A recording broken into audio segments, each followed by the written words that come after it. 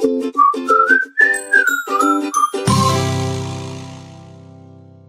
animal lovers. So the next most common question I get is, what does a normal day look like for a pet sitter?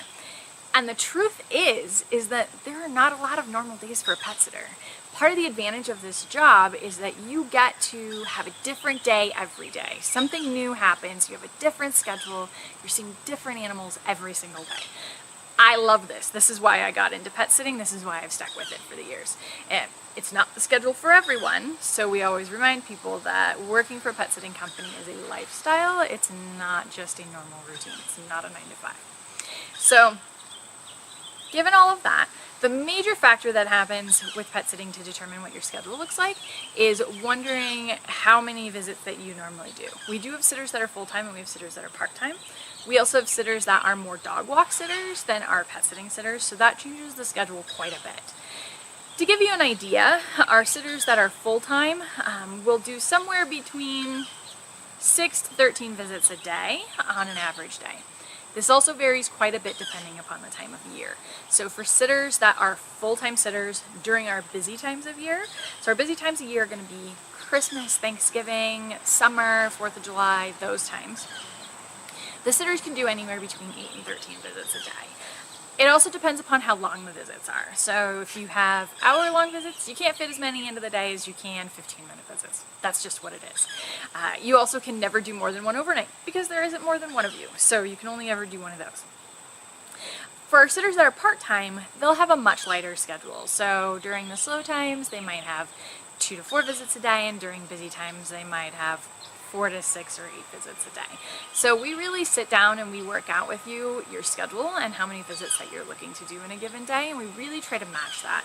When we have times when it's really busy, we might be actually asking you to take some extra clients or work with us, but we don't want to stretch you beyond the limits that you're comfortable with. So we really try to keep you within hours that you are that you're willing to work and that work for you, so that everybody's happy, so that the animals get excellent care like we expect, and so that you're getting enough work for yourself.